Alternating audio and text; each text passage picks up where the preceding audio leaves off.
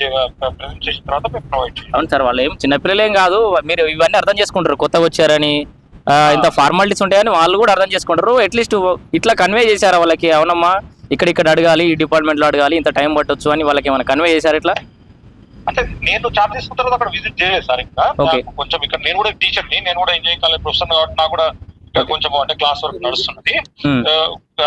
మన అక్కడ ఉన్న ప్రిన్సిపల్ ద్వారా చెప్పించాను, ఇన్ఫార్మ్ చేస్తున్నాం మేము.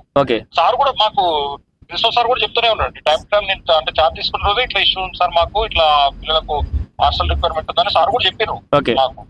కానీ ఏంటంటే కొంచెం ఇంకా అంటే ఇక్కడ మనకు ప్రొసీజరల్ ఆస్పెక్ట్స్ తోటి కొంచెం నేను కూడా ఫస్ట్. సో ఈ ప్రొసీజరల్ ఆస్పెక్ట్స్ ఎంత టైం పడుతుంది సార్ అప్రాక్సిమేట్లీ? మీకు ఏమైనా ఐడియా ఉందా ఇంతవరకు సార్ట్ అవుట్ చేయొచ్చు అని? ఏమైనా మీ చేతిలో ఎంత వరకు ఉంది, మీరు ఏం చేయగలుగుతారు సార్? అట్లా చేస్తాము మేము. ఒకసారి మీరు ఏమైనా విజిట్ చేయగలుగుతారా సార్? ఇక్కడికి ఎప్పుడైనా విజిట్ చేస్తామంటే పిల్లలు మీతో మాట్లాడతారు. వస్తా సార్, నేను వస్తాను. నాకు కూడా ఇక్కడ అంటే నేను కూడా ఇక్కడ నేను చెప్పాను సార్, నేను కూడా ప్రొఫెసర్.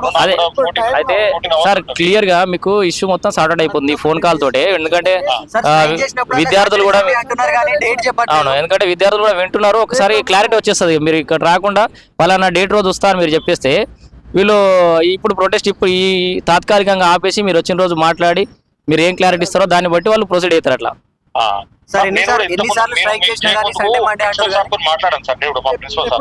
ప్రిన్సిపల్ సార్ తో మాట్లాడతారు మీరే? మన రవీనాథ్ సార్ తో మాట్లాడాను. అయితే మనకు ఏంటంటే నాకు కూడా ఇక్కడ కొంచెం నేను కూడా ఇక్కడ అంటే నేను ఇంజనీరింగ్ కాలేజ్ లో పనిచేస్తాను, ఇంజనీరింగ్ ప్రొఫెసర్ ను. అయితే నాకు ఈ కొంచెము ఒక 1 వీక్ 10 days లో నాకు క్లాస్ వర్క్ అయిపోతుంది. 10 days లో అయిపోయినాక కొంచెం నేను అక్కడికి రావాలంటే ఏంటంటే ఇక్కడ 4 క్లాసులు ఇక్కడ పిల్లలకు డిస్టర్బెన్స్ అవుతుంది. మళ్ళీ మన పిల్లల్ని అంటే ఈ పిల్లలే ఆ పిల్లలే ఒకటే, మనకు అందరు పిల్లలు మన పిల్లలే కాబట్టి 10 days అయితే లాంగ్ అవుతుంది సార్. ఇప్పుడు మీరు ఇప్పటికే చాలా సార్ 3 సంవత్సరాల నుంచి ప్రొటెస్ట్ నడుస్తుంది, ఎన్నిసార్లు 10 days అని ఆపుతారు సార్? సార్ మీ టేబుల్ మీదకి అనేక సార్లు లెటర్లు వచ్చాయి సార్. ఆ లెటర్లు మీ యొక్క డస్ట్బిన్ లో పడుతున్నాయి తప్ప మీరు కనీసం వాటిని ఎందుకు రాసిర్రు, ఏంది వాళ్ళ సమస్య ఏంది అని ఇప్పటి వరకు చూడలేదు సార్.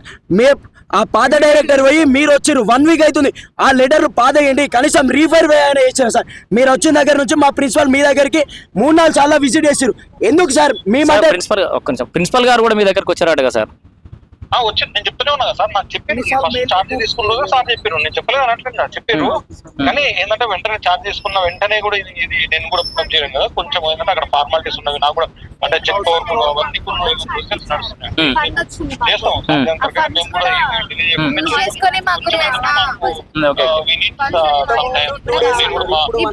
మాట్లాడి